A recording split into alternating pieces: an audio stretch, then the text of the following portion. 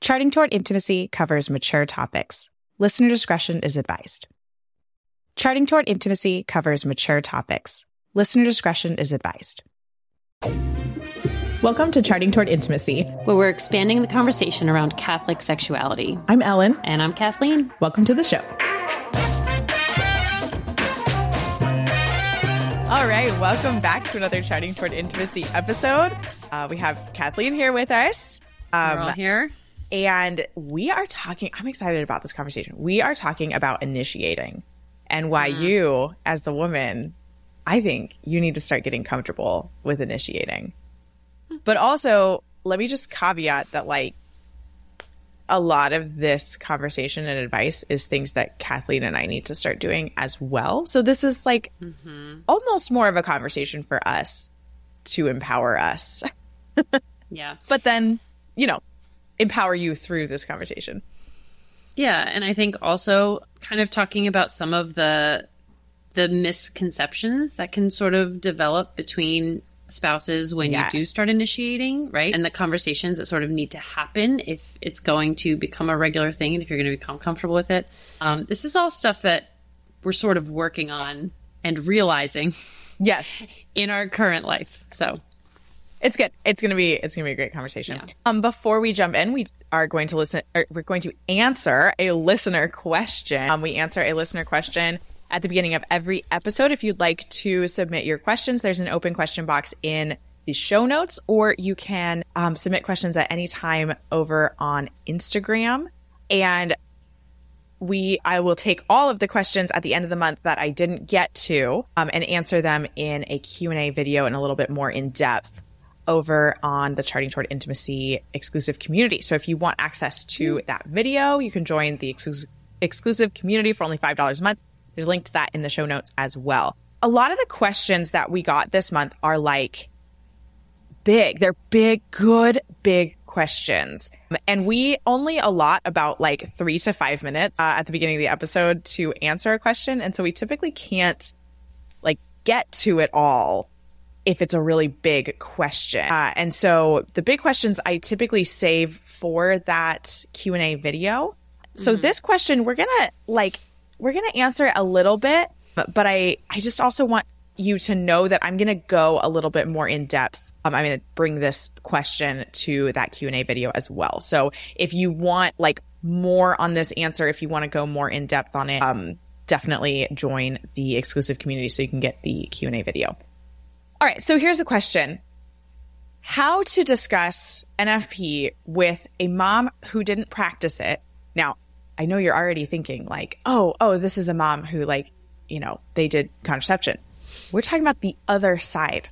So a mom who was just completely open to life, had lots of children, and struggled financially, mentally, things like that with having so many kids. And so this person, they kind of explained it to me a little bit more like, I want to be sensitive. I don't want to say that like my childhood was bad or that like I think she made wrong decisions, but also like I know that that's not what I want for my family. And and so we've discerned to like use NFP and avoid. So there's a lot to this question. There is a lot to that. And honestly, I've heard that from several people coming from similar type families. Yeah, it can be really hard. And so, I mean, I think what this basically boils down to is, you know, how to have the conversation about NFP with someone who believes that NFP is not a illicit means of like pregnancy avoidance, like, or kind of someone who just believes like you should just be completely open to life. And, you know, so we talk about on the podcast quite a bit. We've talked about Humana Vitae, what Pope Pope Paul VI. Yeah. What he said in Humana Vitae about responsible parenthood, and that, you know, that NFP is completely licit for, you know, with good discernment for serious reasons, right? If you have reasons to avoid pregnancy. But I think like what's difficult here in this conversation with mom is a lot of it can look like, you know, I didn't like my childhood. Mm-hmm. Yeah. I think what the best approach here, and again, like we said, we're going to just kind of tease this answer, and then I'm going to go in more depth in the Q&A video, is honesty is really the best and only policy here. And so when it comes to like why you are using NFP, with proper consideration to how your mom is going to feel about what you're going to say, like I think the best thing to do here is kind of explain like, hey, you know, mom, like our childhood was kind of hard. Like I saw you struggle, and I'm so grateful that I have all of my brothers and sisters, and that's so wonderful. But like, I just know for me personally, that's too much for me. I don't see myself able to like handle that amount of difficulty with so many kids, you know, and things like that. And kind of putting it back on yourself, I think sometimes can help with those kinds of conversations. All right. We've already talked for like too long on that question. Like I said, I'm going to go more in depth. I think that's really good. Okay. So initiating. This is going to be fun. Let's first talk about why we don't initiate. Why like women like Kathleen and I don't like to initiate. And Kathleen has some story time for us. Yeah, I do. Yeah, I would say that I don't tend to initiate because I don't tend to just be sort of spontaneously in the mood. And I think that, you know, if I'm laying in bed and I have the option to initiate or go to sleep, 9 times out of 10, I'm going to choose to go to sleep.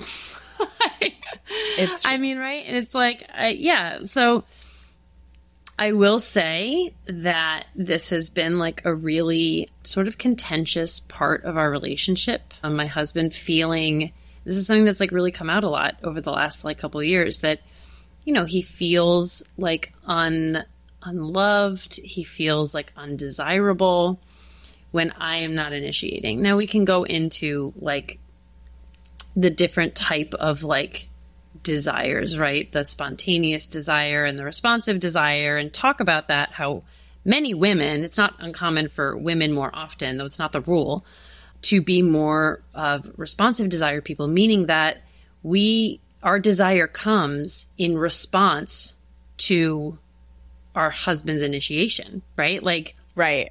Our like, so responsive desire comes truly like the definition of responsive desire is that desire and that arousal come from physical stimulation. Yeah. And so like, you're not going to just think about sex and be like, oh, I want to have sex. But like, once you get into it and you start becoming physically aroused, then you're like, oh yeah, like I now I want to have sex. Like, sounds good. Yeah. This sounds good now. This, like, right? We're like 10, 15, 20 minutes in. And like, now I'm like, right. Yeah, let's go. Right. Exactly. Which is why it, you know, a lot of women struggle with initiation, because it's like they're not primed. They're not ready. They don't have the desire until like they have been made aroused, right? Like through initiation. Right. So, you know, but I have learned, and I think this is something that we as women really need to work on, you know, in conversations that I've had with my husband about how he feels unloved, how he feels undesirable, like those kinds of things. Like, I don't want him feeling that way. Like, I do love him. And so I'm learning, not perfect, not doing great, but learning that I need to initiate, even if I'm not aroused, right? Like, it's something that I need to start doing more. And that, like, you know, this isn't like oh, I just need to do what my husband says and I need to give him what he wants. Like, no, it's like a call for me to love my husband better, right? So, and it's not to say like, you know, I just have to do it all the time, because believe me, I don't.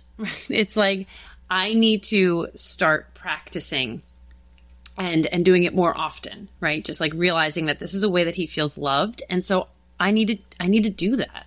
That's like my duty. So I will say that this here's my story time. This ended semi-recently in a little miscommunication. So I think this is the crux of our conversation here. This is the crux of the conversation. Yeah. So I was very close to starting my period. I was like a day away. And my husband knew it was coming. So he asked me one day, like, did you get your period yet? And I said, no. And he said, all right, well, maybe we could do kind of like one more, like, before the period comes, like, go at it tonight. And it was like, yeah, sure. That makes sense. Why not? So that was like the middle of the day, obviously, right?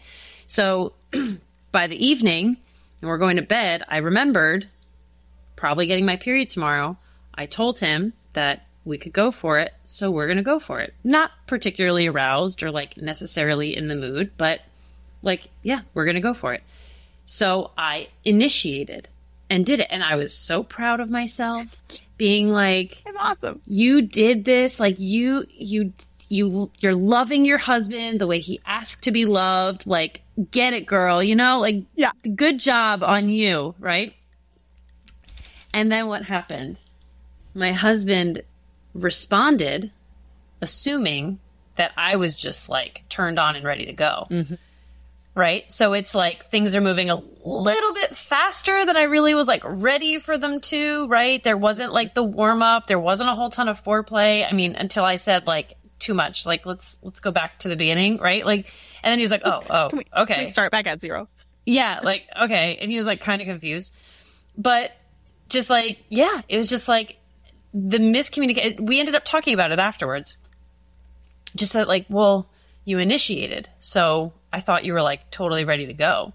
I was like, no, I initiated because you asked me to initiate, right? So, but here's the thing, like, because I'm initiating doesn't mean I'm like you, where you initiate when you're just, like, you're good, right? Like, you're ready. That's not how I work, but I'm initiating because I love you. And you ask me to initiate, right? Mm-hmm. So it was this whole, he was like, oh, well, I just assumed that because you were initiating, you were good to go. Like we could get going. It was just like, nope, that's not what it means when I initiate. So it's interesting because initiation, I think in men and women, often comes from two different places. Yep. Right? Like it makes so much sense, right? That like, arousal comes from two different places, mm-hmm. right? Like, of course, initiation is going to come from two different places, but it's so hard when you're not in the other person's skin to see and understand if that's not being well communicated. So, right. I didn't communicate it beforehand, but I also just sort of assumed like, oh yeah, I just didn't think I had to communicate it necessarily. And then I learned, no, you do. You got to communicate literally everything. But I think that that's a really important thing that we need to recognize, that it's good for us to step out of our comfort zone. Mm-hmm. And if your spouse, feel like mine, feels more loved through your initiation and more desired, then give them that, right? Like that's really important. And it's not going to feel natural, and it's not going to feel like, it's not always going to feel good necessarily, mm-hmm. right? But like it is active love, right? Like love is an action, and that is love is a choice. It's a decision. Every single day, right? And so that it is an active love, and it's important for us to do, but we do also need to be aware that you should probably have a discussion and sort of communicate what that means, like how that works to you, right? That it's like, I want to try to initiate more because I know that it makes you feel loved, it makes you feel wanted, all that kind of stuff. However, here's what I need you to understand about when I initiate. Mm-hmm. And just getting on the same page. It's like with everything. I mean, man, if sex is not a team sport, I don't know. Right? It's like, it's true. It's true. Like sex needs so much communication. And I think like, just culture has just taught us that it doesn't, and that it just like should happen naturally, but that's not what sex is, right? Like nothing else happens naturally in marriage. Yeah. And I think also like a lie that we've sort of like absorbed from our culture is just that like you should have this like super turned on desire all the time, right? Or just like you should be able to just like anytime you enter sex, like you should have this visceral desire. I'm like, that's just not, that's a lie that has actually like really hurt us at times. Let's look at that theologically for just a second. Yeah. Right. So our society, like I would agree with that like there's just this, like you should just desire your husband all the time. And like, you're broken if you don't. And like, there's something wrong with your libido and you have low libido. And that's a problem that you need to fix. You've got hormonal issues that you need to fix. Right. I feel like I've heard it all at this point. Probably haven't. Yeah. But right. Yeah. Let's talk about going to mass. Do you love going to mass every single time? Do you love sitting down to prayer? Are you on fire to sit down to prayer every single time? No. Yeah. But you do. You do go to mass and you say to God, okay, I'm just not feeling it today at mass, but like, I'm here for you, Lord. I'm here. I'm here because you asked me to be here. And I know that this is the best way I can worship you. Okay, now change the script, right? I'm here for you, husband, because I know this is the best way I can love you right now. Right? Yeah. We see nothing wrong with going to mass and like not really being into it and just kind of like bringing that to God, right? We see nothing wrong with that. People talk about that all the time. They're like, oh yeah, like if you just like don't feel it in mass, that's okay, right? Just bring yourself and make that the offering. But then in sex, we're like, oh, but you gotta want it. You have to want it. And you shouldn't have sex unless you actually want it, right? And you shouldn't initiate with your husband unless you actually want it. That's ridiculous. It's like, and that's so polarizing too, because that's just not how women's desire works. And the differences in how our desire work, like allow us to use sex as a communication tool. It allows us to be able to learn things about each other through sex, right? So like your husband, Kathleen, was able to learn what it means when you initiate and the absolute gift that you are giving your husband, like when you do initiate, because it's not necessarily something that you're like, just physically ready to go for, right? You're making an active decision, which in some respects, I mean, I would say in every respect is actually a greater gift of love because you're choosing to do it, not just like, oh my gosh, my body's just primed and like, I'm just ready for sexual release, right? Right. I would say that's less of an act of love. Like, I'm going to get added for that, right? But Right. But that's when you're making that hard decision and choosing to love, like that's more loving. But so let's talk more about this conversation that you need to have with your spouse, because here's the thing is I believe, Kathleen and I both believe, like you need to start initiating more if you're not already like initiating regularly. And I have a few reasons why in a moment, but this conversation that you need to have is like, I mean, I honestly think it's pretty straightforward. It's like, hey, husband, hey, Kurt, like I want to start initiating more because I think that would be really good for our relationship. And I know that you would like it. This is really uncomfortable for me. I'm not comfortable initiating. I feel XYZ. I feel nervous when I initiate. I feel embarrassed. I feel inadequate, right? Put your adjectives in. And I want you to understand that like when I initiate, I'm not like turned on rearing to go. Like we still need to go through the same process that we always do during sex. We still need to have the same like level of foreplay and that kind of thing. Like it's not, I just need you to understand that like I'm initiating, but it doesn't mean like, let's go have a quickie, right? Yeah. I think that's it. I think that's really all you need to say. I mean, what do you think, Kathleen? Is there anything else? Yeah, no, I agree. I think that's basically the crux of it. It's just allow them into your headspace. Like that's when you experience life in your own headspace. You don't experience it in other people's, So if they're going to understand yours, you just need to show them. You need to communicate what it's like to be in your own headspace and when you're in that space. And I don't know, maybe there's a day where you are just ready to go, right? Let that great. Communicate that in the moment though, right? Right. You can do that. But if that's not the norm, if that's not where you typically are, then set the precedence that they should assume, that this is the place that you normally are and what you normally need. Mm-hmm. And if there's an exception to that, I'm sure they'd be more than happy to hear about it in the moment. Right. Absolutely. Right. Yeah. You're ready to go set faster. The precedence, go, right? Exactly. Great. Cool. But set the precedence that this is where I typically am. This is my mental headspace. This is what I need. I am happy to initiate, but just understand that this is what I need from you in that time. So let's talk about why you should initiate. We've talked quite a bit from just a loving giving of self perspective, but let me talk about something even more practical. This is why you should initiate. I feel like I hear this all the time. Oh, my husband initiates. And it's seriously, dude, it's been a long day. I don't want, right? Well, if you initiate, you can initiate on the days that aren't long. Yeah. You have this awesome ability to look at your own day and go, wow, you know what? We have a free evening tonight. We could go to bed early.